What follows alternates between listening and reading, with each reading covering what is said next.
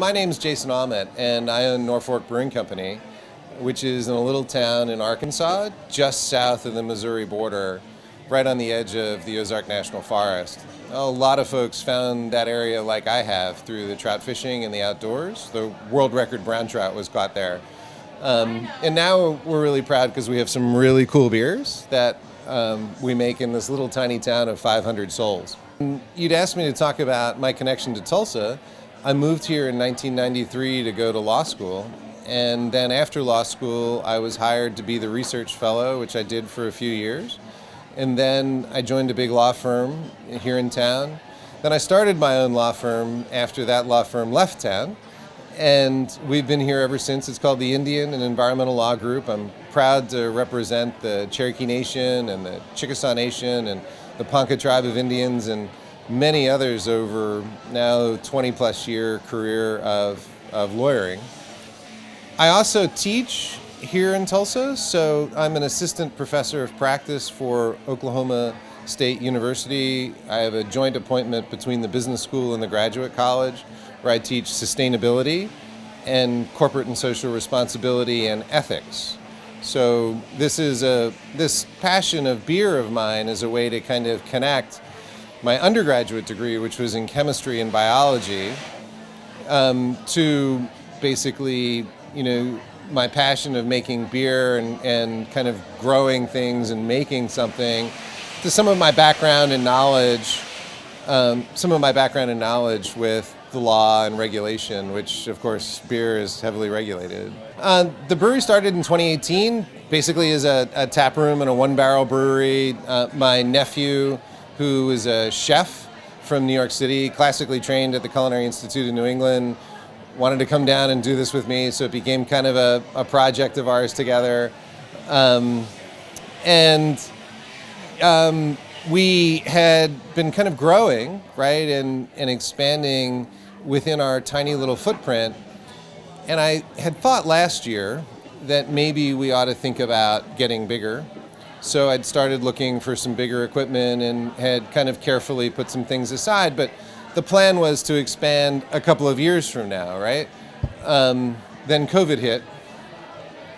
And we really found ourselves in a position where we needed to grow in order to survive. So we started canning. We hadn't been canning before that. We put the beer in cans, went to grocery stores and liquor stores throughout the state of Arkansas, self-distributed, and then one of the big distributors in Arkansas called Central and Moon found us and said, that they'd like to pick us up. So that was helpful, but still left us in a position where relying essentially only on sales through liquor stores and grocery stores to make it go, that we needed to, and it's more expensive to can, that we needed kind of an additional outlet. And here, the Southern Glaciers, the thing that we have kind of going for us that's different than anybody else is we're nature's beer. So in Norfolk, we use the fruit of the local pawpaw trees to harvest a yeast that we then worked with a microbiologist at the University of Mississippi to isolate to ferment our beer. I don't think there's anybody else in the region that does that curates their own yeast. We have a Pilsner, which is really woodsy and it's very unique. It's really rustic, right?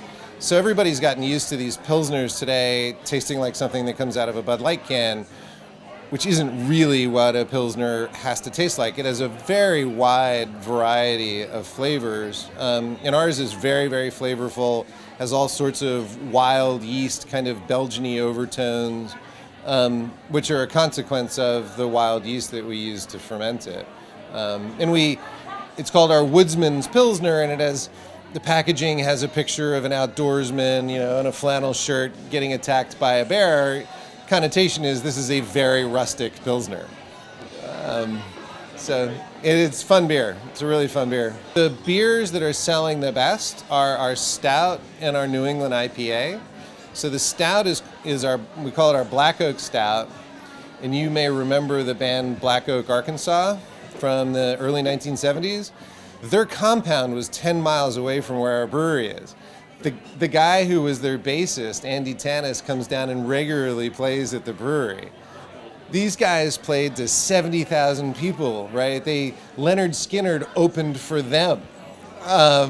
So we thought it would be kind of cool to kind of honor that tradition and name the stout after them. And it's right now kind of neck and neck with the Scurvy Dog, which is our New England IPA. I really feel like that part of Arkansas is home to Tulsa. In my lifetime, really, I've been going over there once a month because of this unique connection that I developed through, just some friendships and the beauty of that area and just the stunning place. If you've never been to Norfolk, Arkansas, you need to go. You need to see where these two amazing rivers come together, and there's giant trout, 20 and 30 pound trout that you can catch. And see in the river, it's really something. But so many folks here do this, right? So many folks in Tulsa have the Ozarks as kind of their go-to outlet, the place to get away, to re-plug in, to reconnect. And so we really feel like bringing that back here to Tulsa gives somebody a chance to open a beer can.